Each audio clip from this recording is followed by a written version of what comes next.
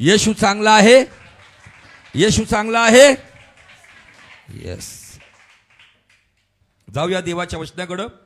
आजचा नवीन भाग परमेश्वराला शरण जाणे यावरती आपण अध्ययन करणार आहोत. तर जे मूळ वचन ज्याला पॉवर वर्स म्हणतात, स्तोत्र 118 वचन 8 आणि इर्मया 17:5 ही दोन वचनं वाचून आपण आजच्या वचनाकडे प्रस्थान करणार आहोत. मनुष्यावर भरोसा ठेवण्यापेक्षा परमेश्वराला शरण जावे हे बरे. परमेश्वर असे म्हणतो, जो इसम मनुष्यावर भिस्त ठेवतो, मानवाला आपला बाहू करीतो व ज्याचे अंतःकरण परमेश्वरापासून फिरले आहे तो शापित आहे.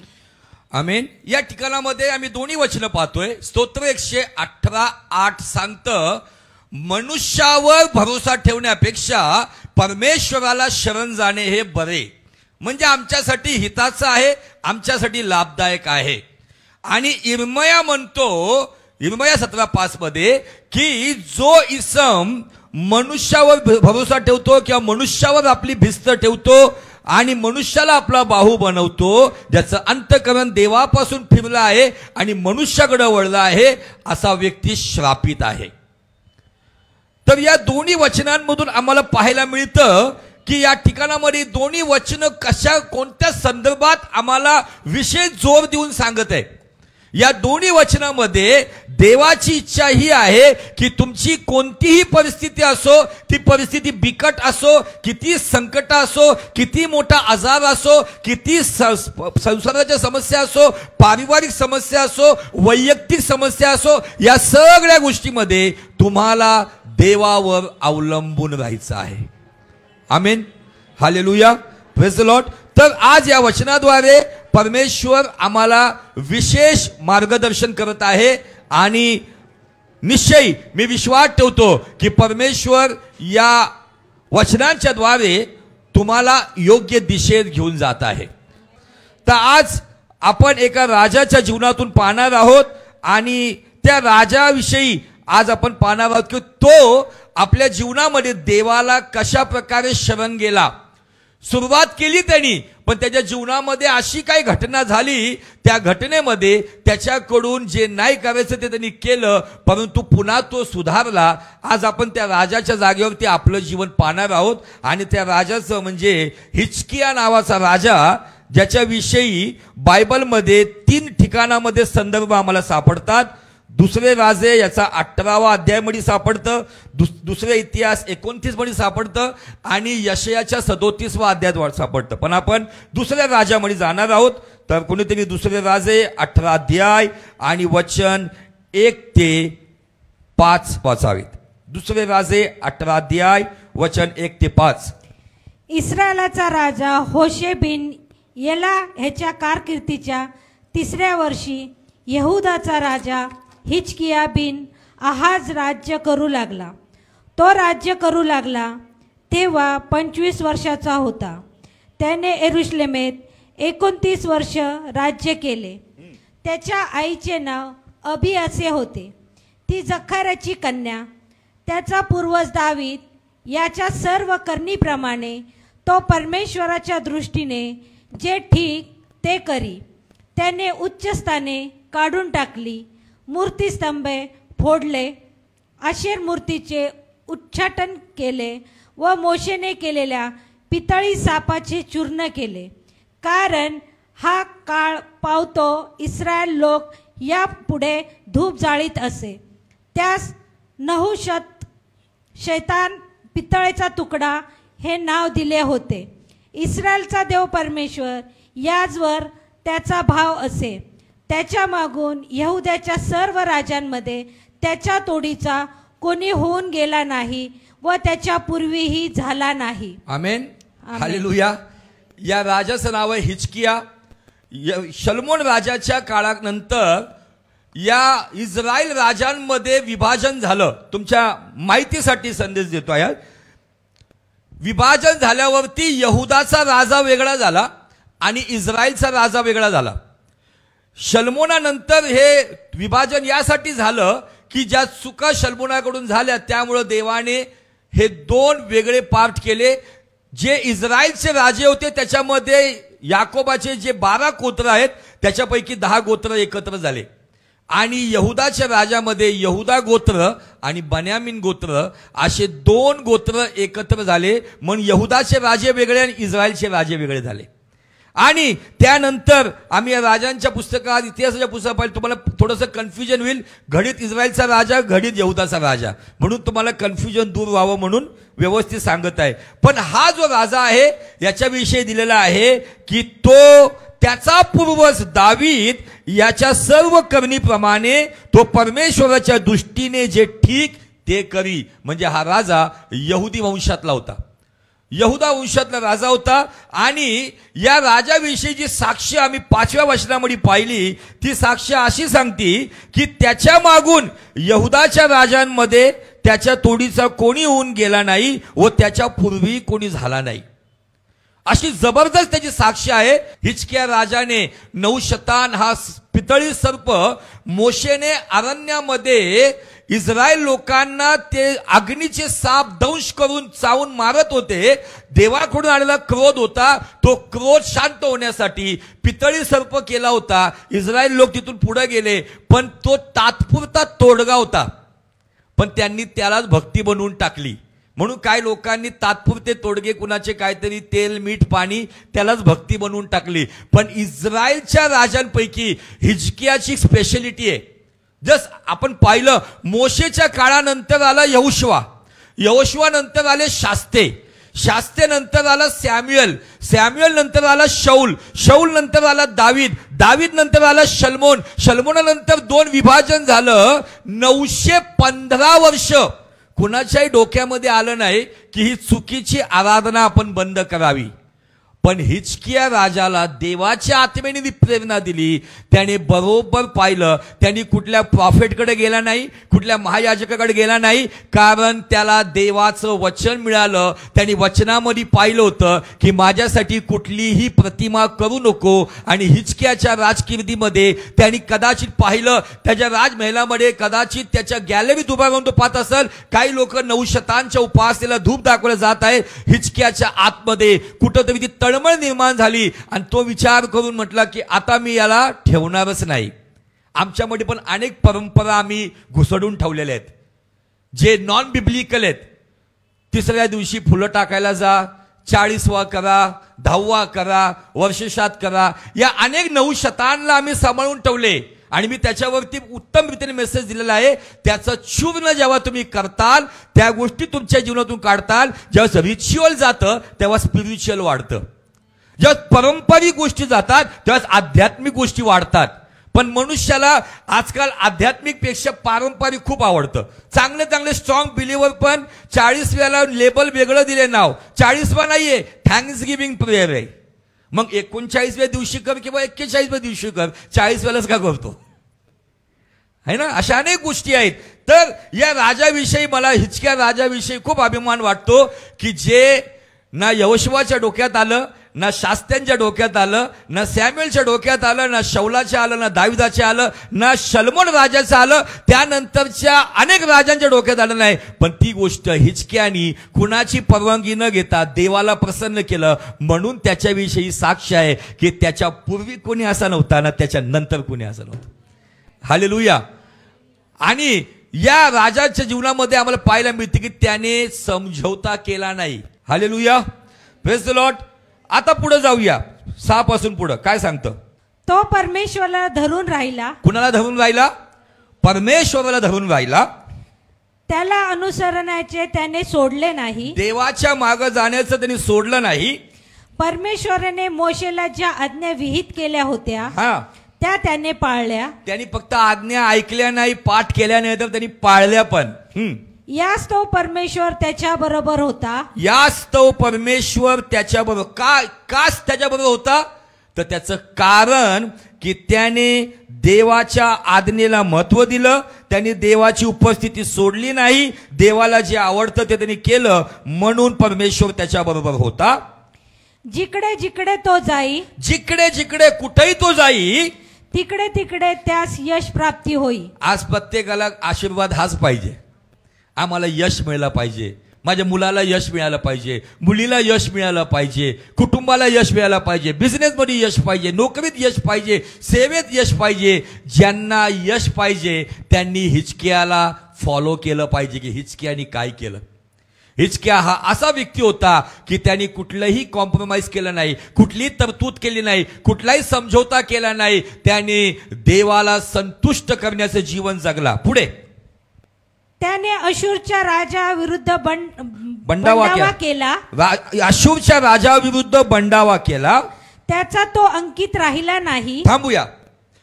हा राजा आहे, पण मला तुम्हाला सांगू द्या की जे राज्य होते, जसं बॅबलॉनचं राज्य होतं, येशूच्या काळात रोमनचं राज्य होतं, त्या काळामध्ये आशुरी राज्य जे होतं ना खूप बलवान होतं. आणि इतके बलवान होते ना की ते लोक दुसऱ्या राज्याचं साम्राज्य नेस्तनाबूत करून टाकायचे. पण एखादा राजा जर त्या राजाला म्हणतोय बाबा मी जसं आपल्या आजच्या भाषेमध्ये बिझनेस धंदा करायचा आहे तर हप्ता द्या, है ना, एरियामधले गल्लीतले गुंडे मवाले असतात ते बिचारे गोरगरीब, तुला धंदा करायचा, त्याचा अंकित झाले होते ते. त्याचप्रमाणे हिजकिया जरी यहुदी राज्यातला राजा होता, परंतु या राजावरती एका राजाचा होल्ड होता आणि कुठली तरी सत्ता होती, त्या सत्तेचं नाव आहे आशुरी सत्ता. आणि हे खूप क्रूर लोक होते, खूप क्रूर होते, त्यांना कुठली दयामाया नव्हती. हिजकियाच्या आधी जो राजा होता तो त्याला अंकित होता, म्हणजे महिन्याचं जे काही द्यायचंय ते त्याला नियमाने पाठवत होते. म्हणून तो राजा आशुरी राजा लढायला येत नव्हता. आणि हिजकियाने काय केलं, 9 शतान तोडून टाकला, तुकडे तुकडे केले, देवाच्या मागे जात होता, जाईल तिकडे त्याला यश प्राप्त मिळाली. आणि त्यांनी हे केलं की मी ह्याच्या अंकित कशाला राहू, मी माझ्या देवाच्या अंकित राहील, मी याच्या अधीन कशाला राहू, मी याच्या गुलामीत कशाला राहू. ह्याच्या पहिले जे राजे होते ना ते जरी राजे होते पण आशुरी साम्राज्याचे गुलाम होते. आणि त्यांनी अंकित न राहण्यासाठी त्यांनी बंड केला, त्यांनी बंडावा केला, त्यांनी त्या ठिकाणामध्ये बगावत केली. आणि बगावत केली म्हणजे काय केली, त्या राजाला खबर नाही दिली. राजाला जे महिन्याला जात होतं हप्ता खंडणी ती बंद केली. आणि ती बंद झाली म्हणजेच खबर पोचती की हा आपल्या अंडर राहायला तयार नाही. त्यांनी विश्वासाने केलं. पुढं गज्जा व त्याचे शिवारे येतपर्यंत पहारेकऱ्यांच्या बुरुजापासून तटबंदीच्या नगरापर्यंतच्या पलिष्ठास त्याने मार दिला. त्यांनी युद्धही सुरू केलं आणि जे अवतीभोवती पलिष्ठी लोक होते ना त्यांना पण पळवून हाकललं, एकदम क्लिअर केलं त्यांनी साम्राज्य. आणि या हिजकिया राजाच्या कारकिर्दीच्या 4थ्या वर्षी तिथे एक इस्रायलचा राजाविषयी पण सांगितलं ज्याचं नाव होशेबीन आहे. पुढे 9 वचनामध्ये अश्शूराचा राजा शल्मेनसर, काय नाव आहे, शल्मेनसर, त्याने इस्रायलचा राजा शमरोन मध्ये राहायचा. कुठे राहायचा, येशू ख्रिस्ताला जी स्त्री भेटली होती योहानाच्या 4थ्या अध्यायामध्ये, शमरोनी स्त्री, तिला ऑलरेडी 5 नवरे होऊन गेले होते. अशाच त्या क्षेत्रामधलं शमरोन. आणि ज्या जे 2 राज्य झाले, यहुदाच्या राजाने यरुशलेम राजधानी केली आणि इस्रायलच्या राजाने शमरोनला राजधानी केली. तर यहुदाच्या राजाच्या शमरोनवरती या आशुरी राजाने हमला केला, त्यांचा सर्वनाश केला, पूर्ण नेस्तनाबूत केलं आणि त्यांना बंदी करून घेऊन गेला. शल्मेसर राजाच्या काळामध्ये 13 वचनापासून वाचणार आहोत, 18-13. हिजकिया राजाच्या कारकिर्दीच्या 14व्या वर्षी अशुराचा राजा सनहेरीब याने यहुदाच्या सर्व तटबंदी नगरावर चढाई करून ती घेतली. यहुदाचा राजा हिजकिया याने अशूरच्या राजाला लाखीश येथे सांगून पाठविले की माझ्या हातून अपराध झाला आहे, आता मजकडून परत जा, आपण मजवर जो बोजा लादला तो मी सहीन. आमेन. थांबूया आता थोडं, तुम्हाला इतिहासातली घटना आहे. वास्तविक 10 वर्ष, किती वर्ष, 10 वर्ष हिजकियाने आशुरी साम्राज्याला हप्ता दिला नाही किंवा खंडणी दिली नाही.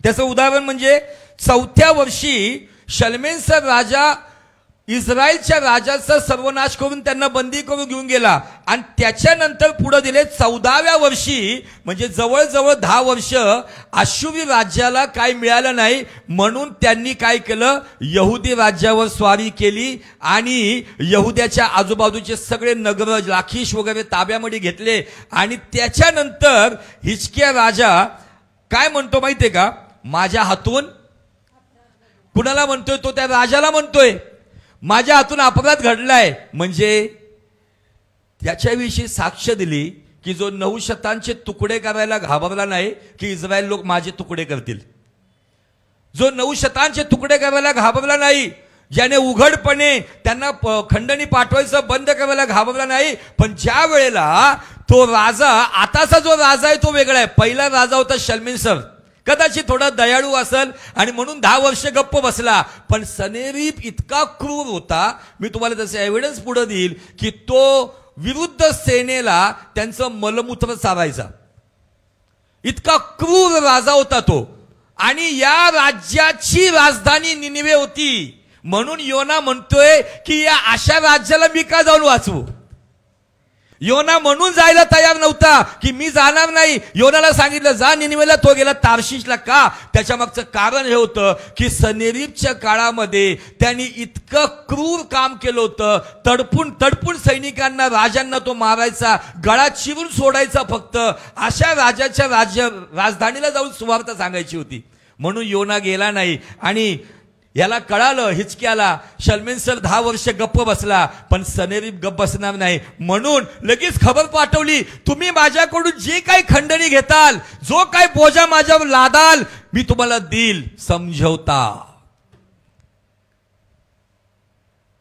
कधी कधी आमच्या समोर एखादी परिस्थिती बरेच दिवस डोकं वर काढत नाही तर आम्ही असंच जातो काय प्रार्थना करायची थोडी शॉर्टकट 10 मिनिटाची प्रार्थना 5 मिनिटाची प्रार्थना 20 मिनिटाची प्रार्थना मला त्या लोकांना जागृत करायचं आहे सनेरीब नावाचा सैतान डोकं वर काढण्यापूर्वी तुमचं प्रार्थनेचं युद्ध तासन तास ठेवा त्याला डोकं वर काढूनच देऊ नका सनेरीब नावाचा हा एक सैतानी स्वरूपाचा व्यक्ती 10 वर्षानंतर जेव्हा तो उभा झाला त्यावेळेला हिजकियाचे धाबेदान आणले आणि तो घाबरला आणि तो म्हणतो माझ्या हातून अपराध झाला 10 वर्ष मी तुम्हाला खंडणी पाठवली नाही एक्स्टॉर्शन मनी पाठवली नाही तुम्ही जो काही बोजा लादाल मी द्यायला तयार आहे पण हाच राजा ज्याच्याविषयी सांगितलेला आहे की जो त्याच्या पहिले कोणी झाला नाही त्याच्या नंतर कोणी असा झाला नाहीये जो राजा इतका प्रभावशाली होता त्याने उघडपणे बंड केलं होतं जाईल तिथं त्याला देव यश देत होता पण इथं काय झालं जिथं जाईल तिथं त्याचा देव त्याला यश देणार आहे हा विश्वास कधी कधी आम्ही खूप सुरुवात चांगली करतो म्हणून गलती 3:3 सांगतं सुरुवात आत्म्याने पण एंड शरीराने होतो परिस्थितीला शरण येऊ नका हिजकिया राजा त्या परिस्थितीला शरण आला आणि भीतीपोटी त्यांनी एक समझौता केला जो खंडणी देतो म्हणजे समझौता करतो मला मारू नको पण माझं धन घे आणि ते धन कुठून येतं प्रजेकडून येतं ज्या वेळेला एखाद्या राज्यावरती खंडणीचं ज्या वेळेला बोजा येतो त्यावेळेला राज्यातल्या प्रजेवरती कर वाढतो टॅक्स आणि या कराच्या बाबतीत हिजकिया तर बोलून गेला जो लाटशील परंतु त्याचं भुगतान प्रजेला करावं लागत होतं जाऊया पुढे काय म्हणतो वचन काय मागतोय बघा तो यहुदाचा राजा हिजकिया याने 300 किकार चांदी व 30 किकार सोने खंडणी द्यावी असे असूरच्या राजाने ठरविले किती म्हणतोय 300 किक्कार म्हणजे माहिती का किती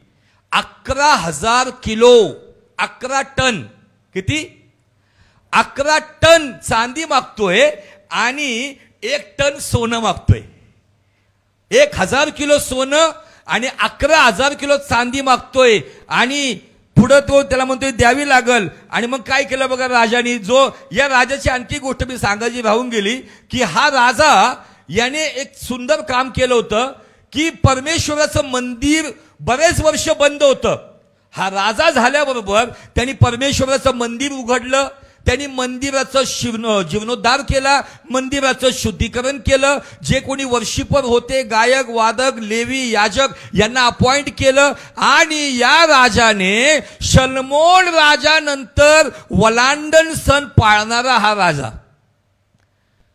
देवाविषयी खूप त्याची आस्था चांगली होती, परंतु या राजाने मंदिर खोललं, परंतु ज्या वेळेस त्यांनी ती कॉम्प्रोमाइज किंवा ती तरतूद किंवा समझोता केला, तर आता सोनं चांदी आणायचं कुठून? जे शल्मोनाने जमा करून ठेवलं होतं ते हिजकियाने कसं बाहेर काढलं पहा. परमेश्वराच्या मंदिरात व राजवाड्याच्या भंडारात जेवढी चांदी मिळाली तेवढी हिजकियाने त्यास दिली. त्या प्रसंगी हिजकियाने परमेश्वराच्या मंदिराचे दरवाजे व दरवाजा बाह्य त्यावर जे सोन्याची मडणी केली होती ती काढून अशुराच्या राजास दिली. सगळं खबडून खबडून काढलं त्याने. का? आता माझा जीव जाईल. आता हा सनेरीप, कारण त्या सनेरीपचं जर तुम्ही वाचलं, तुम्ही जर कदाचित इतिहास वाचत असाल तर, त्याने मिसरच्या राज्याला नेस्तनाबूत केलं. त्याच्या आजूबाजूचे सगळे राजे संपवले. जवळजवळ तो जगावरती राज्य करायला निघाला होता.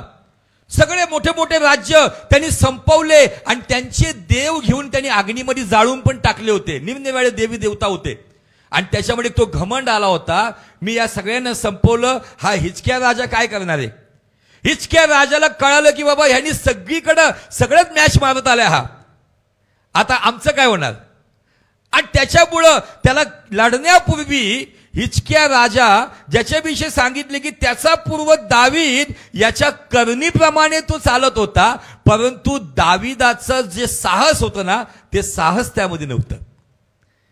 निश्चित कदाचित आम्ही वाडवडिलांच्या इच्छेने किंवा त्यांच्या मार्गाने चालतोय, चांगल्या मार्गाने, पण आमच्यामध्ये आजच्या जगामध्ये जे साहस पाहिजे परिस्थितीला निपटण्याचं, तर ते साहस फक्त परमेश्वराला शरण जाण्यानेच होणार आहे. या ठिकाणामध्ये हिजकिया राजाने चूक केली, त्यांनी सगळं पाठवलं, पण काय सांगतं बघा वचन पुढं. एवढ्यावरही अशुराच्या राजाने एवढ्यावरही जे काय अजून पाहिजे है ना, एवढ्यावरही म्हणजे 11,000 किलो चांदी दिली, 1,000 किलो सोनं दिले, सगळं खवडून खवडून काढले, अख्खं साम्राज्य एकदम खाली करून टाकले. ते दिल्यावरती पण तो सनेरीप आणि त्याचा एक क्रूर सेनापती ज्याचं नाव आहे रबशाके, तेवढ्यावरही त्याचं समाधान नाही झालं, कारण त्यांनी खबर काढली हा तोच हिजकिया आहे ज्याने 10 वर्ष हप्ता नाही दिलाय. 10 वर्षाचं सगळं कव्हर करायचंय, परंतु हा तोच हिजकिया आहे ज्याच्याविषयी बायबल सांगतं की तो जिथं जिथं जाईल देव त्याला यश देत होता, परंतु परिस्थितीला तो शरण आल्याने कुठंतरी तो देवापासून दूर गेला. म्हणून यिर्मया 17:5 सांगतं, ज्याचं अंतःकरण देवापासून फिरले, त्यांनी मनुष्यावर भिस्त ठेवलेली आहे, तो शापित आहे. त्या शापाचा अनुभव हिजकियावरती आला आणि त्या शापामध्ये भीतीपोटी तो यहोवाला विसरला. तो विसरून गेला की मी त्याच यहोवाचा अपॉइंट केलेला राजा आहे, अभिषिक्त राजा आहे. कधी कधी आम्ही पण विसरून जातो, कधी कधी आम्ही कोण आहे ना हे विसरून जातो आणि डॉक्टरचा रिपोर्ट आल्याबरोबर आमचे हातपाय लटलट कापायला लागतात. कर्जदार दारापाशी आला की डोक्यामध्ये टेन्शन यायला लागतं. नोकरी सुटणार म्हणजे सुटायच्या पहिलेच आम्हाला टेन्शन यायला लागतं. फायनान्शियल प्रॉब्लेम येण्यापूर्वी आम्ही कुठेतरी लढायच्या पहिले हातावर टाकून देतो. कधी कधी हिजकियाच्या स्वभावाने आम्ही सुरुवात तर करतो चांगली, पण मध्यावरती येऊन आम्ही कुठेतरी कॉम्प्रोमाइज आणि समझोता करतो. आज असा समझोता करणारा कोणी व्यक्ती असेल, स्तोत्र 118:8 पुन्हा एकदा त्याकडे या आणि म्हणा, मनुष्यावर भरोसा ठेवण्यापेक्षा मी माझ्या येशूला शरण जाईल. मग माझा विनाश होऊ किंवा मला यश प्राप्ती होऊ, जगाकडे जाण्यापेक्षा मी येशूच्या चरणाजवळ येऊन दम तोडल, नाहीतर येशूच्या चरणाजवळ मी स्ट्रॉंगली उभा राहील. Hallelujah, praise the Lord. No compromise. बऱ्याच ठिकाणामध्ये गाडीवर लिहिलेलं असतं, आम्ही परिस्थितीशी अजिबात हात मिळवणी करणार नाही, तरतूद करणार नाही, समझोता करणार नाही. एवढ्यावरही आशूरच्या राजाने तर्तान, रबसारीस व रबशाके असा यास मोठ्या सैन्यानिशी लाकीशाहून यरुशलेमेस हिजकियाकडे पाठवलं. आणि खूप मोठं संभाषण आहे, परंतु हे किती कशा स्वरूपाचे लोक बोलणारे आहेत ना, थोडंसं आपण पुढे जाणार आहोत. 20 वचन वाचा. तू बोलून दाखविलेला तुझा युद्ध संकल्प व तुझे युद्धबल ह्या केवळ वायफळ गोष्टी आहेत. तू माझ्याशी फितूर झालास ते कोणाच्या बळावर? पहा, मी मिसर म्हणजे चेचलेला बोरू, त्यावर तू टेकतोस. त्यावर कोणी टेकला तो त्याच्या हातात शिरून बोचेल. जो कोणी मिस्री राजा फारो यावर टेकतात त्याचा तो तसाच आहे. तू मला म्हणशील आम्ही आमचा देव परमेश्वर याचवर भिस्त ठेवतो. तर ज्याचे उच्च स्थान व वेदी काढून टाकून यहुदा व यरूशलेम ह्या हिजकिय्या म्हणाला की या एका वेदी पुढे यरूशलेमेत भजन करा, तोच नव्हे का तो देव. प्रश्न करत आहे तो म्हणतोय की नाही का, तू बोलून दाखवला की युद्ध संकल्प आहे, युद्ध बल आहे, या सगळ्या वायफळ गोष्टी किती घमंडनी बोलत आहे. कारण हे युद्ध दिवस रात्र युद्ध करणारं राज्य होतं आणि रोज कुठल्या ना कुठल्या देशाला ते आपल्या पायदळी तुडवणारे लोक होते. मिसर सारख्या बलाढ्य राष्ट्राला पण त्यांनी पायदळी तुडवलं होतं आणि हिजकियाने त्याच्या राज्यामध्ये सगळी मूर्तीपूजा, आशेरा मूर्त्या हे सगळं वाचलं, आपण सगळं बाजूला केलं आणि यहोवाची एक वेदी बांधली होती आणि म्हटलं या वेदीवरती देवाची उपासना करा. आणि ही गोष्ट खबर त्यांना पण आहे. आणि ते म्हणतात तू ती वेदी जरी केली तर आम्ही अशा कित्येक वेद्या जाळून टाकल्यात, आम्हाला काही फरक पडत नाही. पुढे जाऊन त्याचे तो कुठेतरी एकदम हेटाळणी करून म्हणतो तुला घोडस्वार आहे का तुझ्याकडं, तुला 2000 घोडे आम्ही देतो, ते घोडस्वार घेऊन लढायला ये. इतका घमंड. अशा सगळ्या गोष्टी ऐकाव्या लागत होत्या. आणि या सगळ्या गोष्टी चालू असताना डायरेक्ट आपण 27 वचनाकडे जाऊ. रबशाके ह्याने उत्तर केले, मी माझ्या धन्याने केवळ तुझ्या धन्याशी व तुशी हे बोलण्यास मला पाठविले काय. जे तुम्हा बरोबर कोटावर बसले आहेत त्यांनी आपले मलमूत्र भक्षण करावे म्हणून त्याचकडेही पाठवले नाही काय. ही भाषा, इतकं क्रूर साम्राज्य होतं की ते अपोजिट सैन्याला त्यांचं मलमूत्र खायला लावायचे. जगायचं तर खा, इतकं छळ करायचे ते. आणि असा घमंड होता आणि अशा घमंडनी भरलेले हे लोक होते.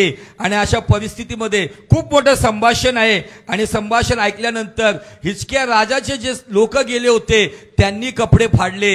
हिजकिय्या राजाने जेव्हा ऐकलं तेव्हा त्यांनीही कपडे फाडले. आणि तो हिजकिय्या राजा 19:1 पासून वाचूया. हे ऐकून हिजकिय्याने आपले वस्त्र फाडिले व गोंताट नेसून तो परमेश्वराच्या मंदिरी गेला. याला म्हणतात परमेश्वराला शरण जाणे. पण ती वेळ येण्यापूर्वीच जर तो देवाला शरण गेला असता, कारण जर तो दाविदाच्या मार्गाने चालला होता, दाविदाच्या युद्धाचं किंवा दाविदाच्या जीवनाचं एक ब्रीद वाक्य होतं आणि ते ब्रीद वाक्य त्यांनी गोलियातासमोर बोलला होता, युद्ध यहोवाचं आहे आणि विजय आमचा आहे. त्याला खवडून सांदी काढायची पण वेळ नसते आली.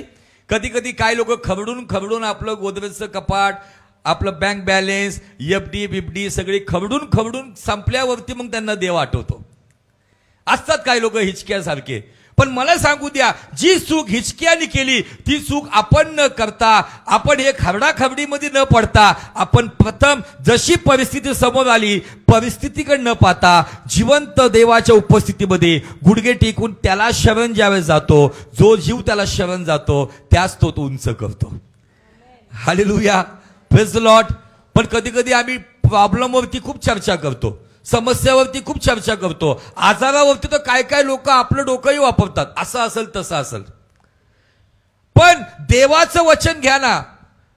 का आम्ही आपल्या आयुष्यामध्ये एकदा तरी पूर्ण बायबल वाचले का? का जेव्हा समस्या आल्यानंतर माझ्यासमोर असं कुठलं कॅरेक्टर उभं राहतो का की त्याच्याही जीवनामध्ये ती समस्या आलती, मी त्या व्यक्तीकडे पाहून प्रोत्साहित होऊन मी देवाला शरण येऊन माझी समस्या सोडवतो का?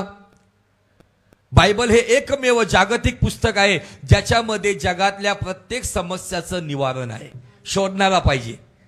हा असा समुद्र आहे की ज्याच्यामध्ये सगळ्या प्रकारचं धन आहे, पण त्याच्यामध्ये आत जाणारा पाहिजे. Hallelujah, praise the Lord. वाचा. गोंताट नेसून परमेश्वराच्या मंदिरात गेला.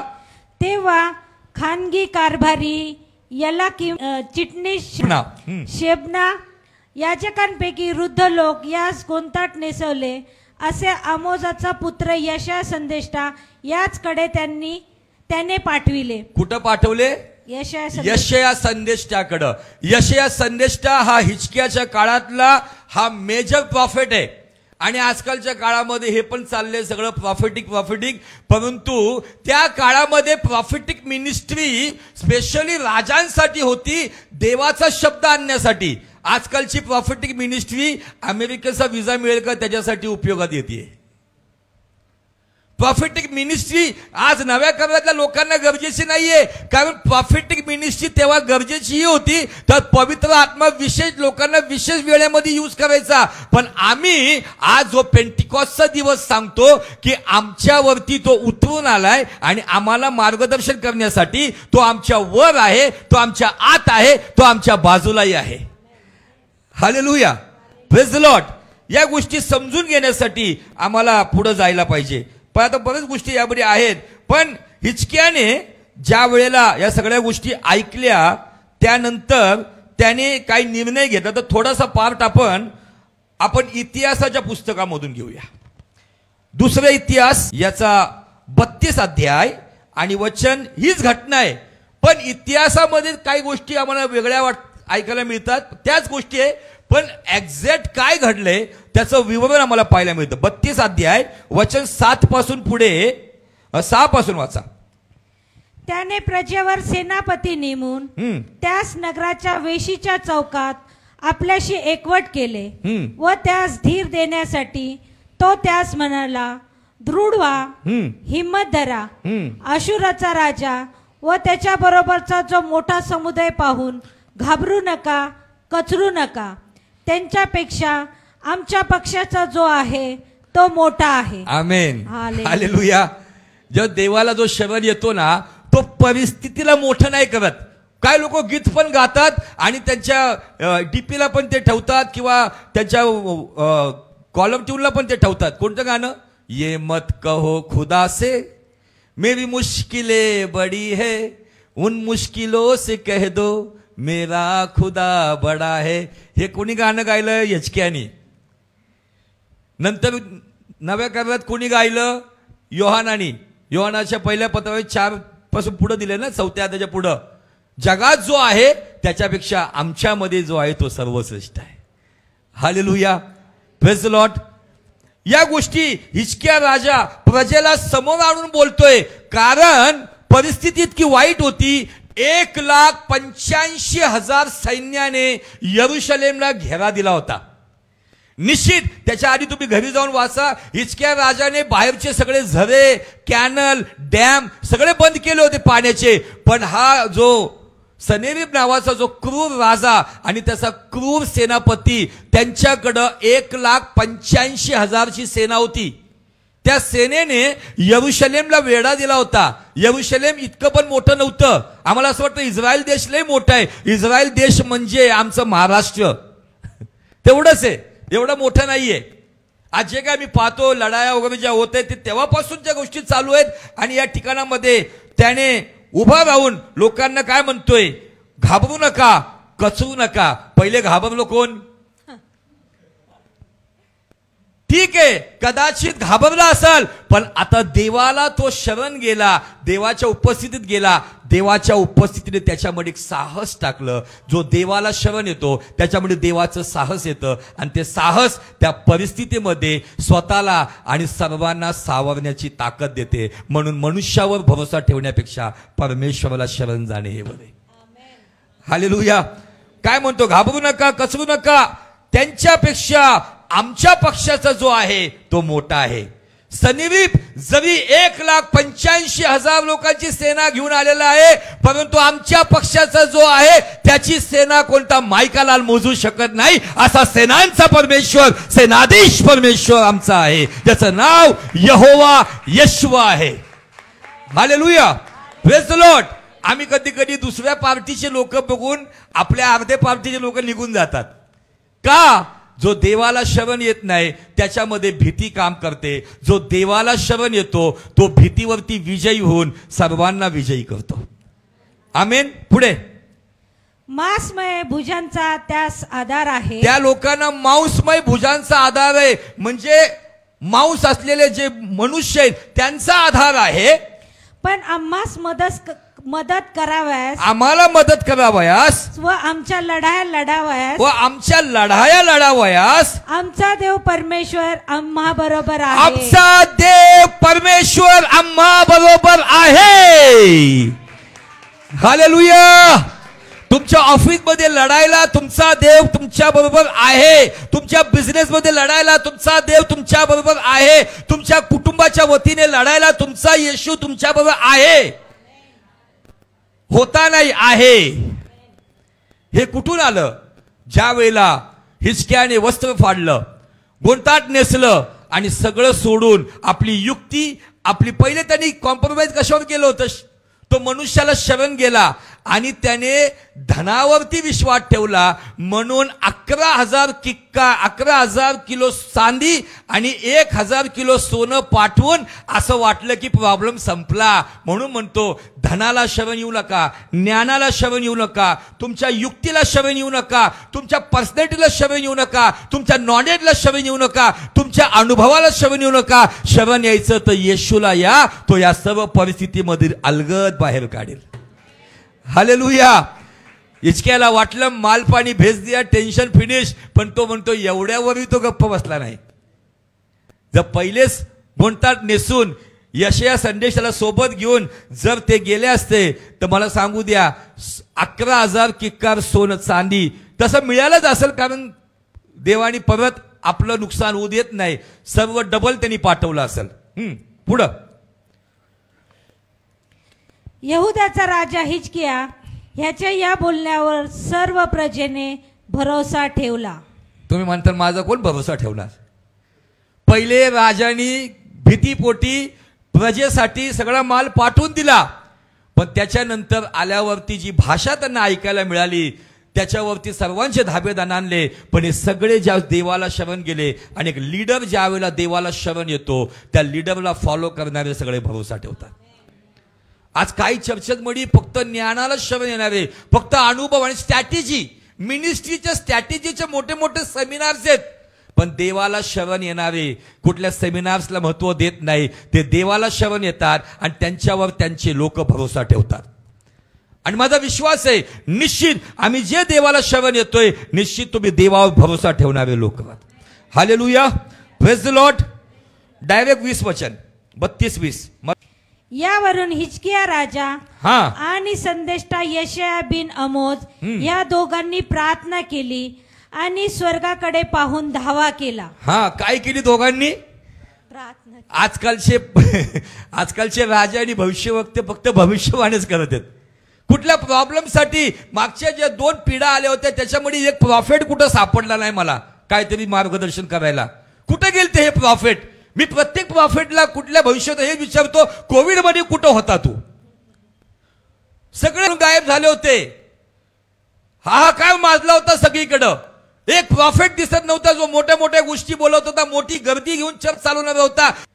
पण या ठिकाणामध्ये एक भविष्यवक्ता ज्याला मेजर प्रॉफिट म्हणतात आयझया, त्याने भविष्यवाणी करत बसला नाही. भविष्यवक्ता आपल्या लोकांबरोबर त्या परिस्थितीसाठी स्वर्गाकडे पाहून प्रार्थना करतो. आलेल्या परिस्थितीमध्ये देवाला शरण कसं यायचं एक राजा आणि भविष्यवक्ता आम्हाला शिकवतो. दोघांनी प्रार्थना केली, स्वर्गाकडे पाहून धावा केला. स्वर्गाकडे पाहून धावा केला. मग परमेश्वराने एक दूत पाठविला. एकच पाठवला. किती? एकच पाठवला. एक दूत पाठवला.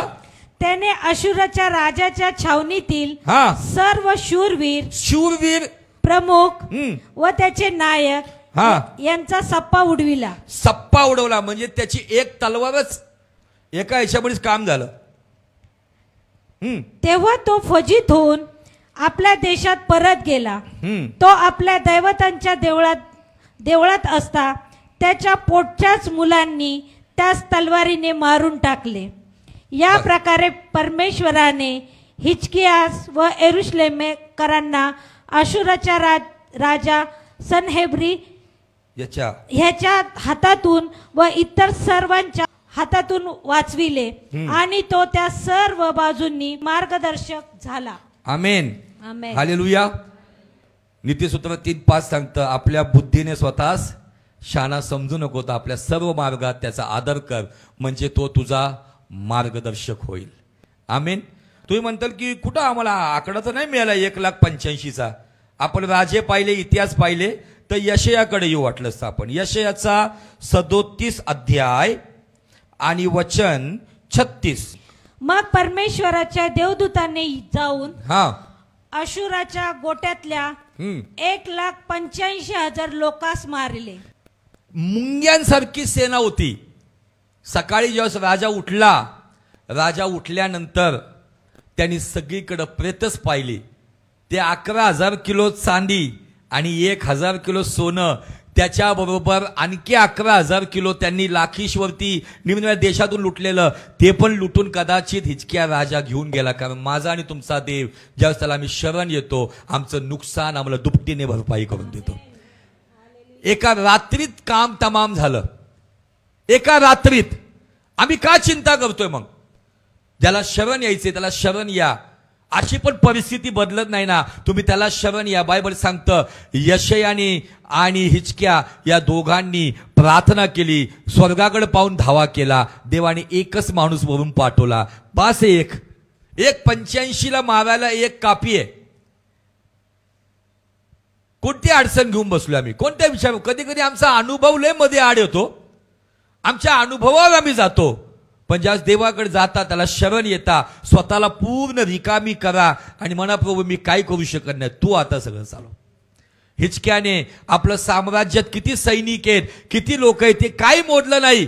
त्यांनी गोंटाट नेसलं, यशयाला घेतलं, प्रार्थना केली. त्याच रात्री रिझल्ट. कारण देव ऑलरेडी, तुम्ही घरी जाऊन वाचा, यशयाच्या द्वारे ऑलरेडी देव तिन्ही शास्त्रपाठामध्ये बोललाय, इतिहासात पण बोललाय, राजामणी पण बोललाय, यशयामणी पण बोलला की मी त्याला यरूशलेमवर एक बाण सुद्धा सोडू देणार नाही. इतकं स्पष्ट देव भविष्यवाणीत बोलला. आणि त्यामुळं हिजकिया स्थिर झाला. का? त्याने बुद्धीवरती, ज्ञानावरती, धनावरती विश्वास ठेवून त्याचं किती मोठं नुकसान झालं त्याला कळालं होतं. म्हणून जे धनवान आहेत त्यांनी, म्हणून बायबल सांगतं चंचल धनावर विश्वास ठेवू नका. हे चंचल धन कुणाचं झालं नाहीये. ते आज एकाची बायको तर उद्या दुसऱ्याची बायको होणार आहे. धन. आमेन. परमेश्वराची इच्छा आहे की आम्ही या परिस्थितीत इकडे तिकडे न पाहता कुणावर ते अवलंबून राहू नका. कुठल्या नातेसंबंधावर अवलंबून राहू नका. कोणी नातेवाईक असो, तुमचा बायको असो, नवरा असो, मुलं असो, आईबाप असो, कुणावर अवलंबून राहू नका. तुम्हाला जर अवलंबून राहायचे तर येशूवर अवलंबून राहा. त्याला शरण या, तो परिस्थिती बदलतो. हिजकियाला इतका मोठा विजय त्यांनी दिला का आम्हाला तो विजय देणार नाही का? हिजकियाने स्पष्टपणे सांगितलं त्यांच्या पक्षाचे त्यापेक्षा आमच्या पक्षाचा मोठा आहे. त्याला मांसमय भाऊचा त्यांना आधार आहे, पण आमच्याकडे जो देव आहे तो आमच्या वतीने लढाया लढतो आणि आमच्या बरोबर आहे. आम्हाला त्याच्याकडे जायची गरज नाही. आम्ही जिथं कुठं धावा करतो तो आमच्यासाठी उपस्थित होतो.